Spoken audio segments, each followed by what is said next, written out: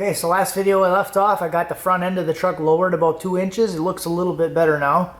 I did order some 2-inch lowering shackles for the rear so we can level it out a little bit.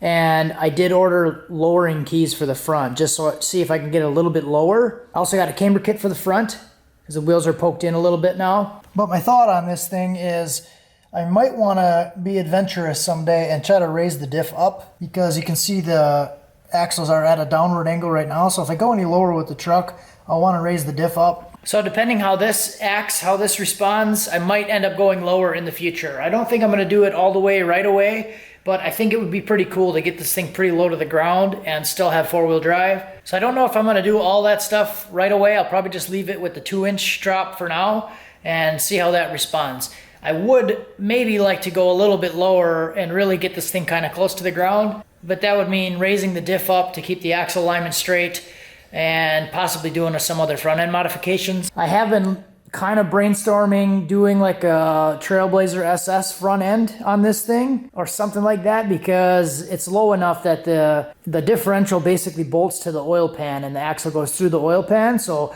that's kind of my issue right now, is the differential hits the bottom of the oil pan. So if I put a Holley 302.2 or 302.3 pan on it, I would be able to get like an extra 2 inches of clearance to raise the diff up. But if I wanted to go really low with it, I could probably make it work with a Trailblazer diff, oil pan, axle, spindles, stuff like that. So that might be kind of cool, but that may be further down the road because the track opens in 3 weeks. So I think what I'll probably do first is just do the exhaust modifications and stuff that I need to do in here to be able to turn the wheels, but I'm not working on that yet. So right now I got this 4L80 all torn apart. This is not my transmission. I'm building this for somebody.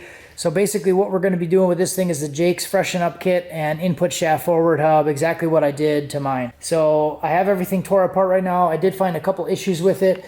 Started by finding some metal chunks in the oil pan, but everything else looks pretty good. So I took this rear carrier assembly apart and ended up finding that washer is kind of smashed out of it. So you can see that chunk of the washer right there, and then the washer disappears. And then the chunk comes back around, where all the other ones don't do that. Like that one all looks pretty good. So I did order a new section to replace this thing. To replace the gears in there, you have to like drill that out and press that out, and then press a new one in and stake it in place. So I just ordered a whole new section that's already rebuilt. Today I'm just gonna keep going through all the drums and replace everything that's in there. I'll let you know if we have any other issues. Didn't find metal anywhere else or any other real issues with this thing. Everything looks really clean. Clutches and steels look really good. There's nothing like excessively worn, but just going ahead and replacing everything. Doing the rollarized rear output. So this is a anti-walkout bushing with a roller bearing on the rear. So this is actually the part number. I'll put a little screenshot up here. This is actually a part number that was suggested by someone in the comments on my last build that I did. The last one I did, I bought a TH400 anti-walkout bushing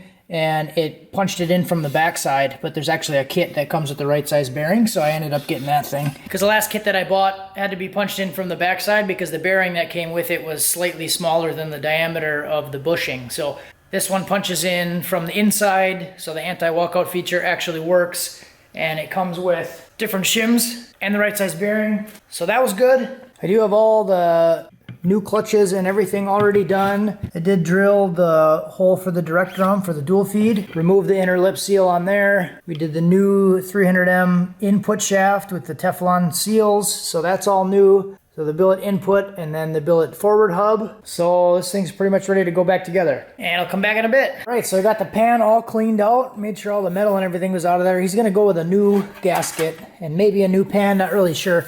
It was kind of dented in, probably from using a jack. So I just took the deadbolt and pounded it out so it wasn't hitting the filter anymore. But it was kind of resting on the filter, so pounded it back out. And here is everything all finished up. So it's the Jake's D3 trans brake. And I did splice in this pressure switch wire over here, ran it through the loom, zip tied everything back together, did some heat shrink on it. And then I also went ahead and I put some heat shrink on the factory heat shrink. Because on mine, when I did it, it ended up expanding and sliding down off of the solder joint. So I took the factory one, the one that comes with the kit, and then I put a long piece of heat shrink over both of them. So it was like a full piece. And it has the adhesive on the insides, just so that it doesn't slide around anymore, because I know that happened on mine. Other than that, everything seems to be pretty good. The new input shaft, new O-ring, new seals on everything, front and back.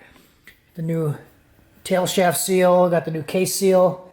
So everything's looking pretty good. So that's it for this one. I did get some parts for the Ranger, so I got some lowering keys and the lowering shackles for the back. So I'll start working on that stuff probably later this week and try to get that thing a little bit lower and start working on redoing the downpipes and all that stuff. Kind of looking forward to actually putting some more time into this thing, and you know, the Escalade is done and I'll probably play around with that for a little bit. I don't really plan on keeping the Escalade long term, so I'll probably just take it out for a couple months this summer, enjoy it, get it to the track, make a couple videos, and then put it up for sale. Don't really have any interest in keeping it unless I really fall in love with it over the summer, but we'll see what happens. Thanks for watching, have a good one.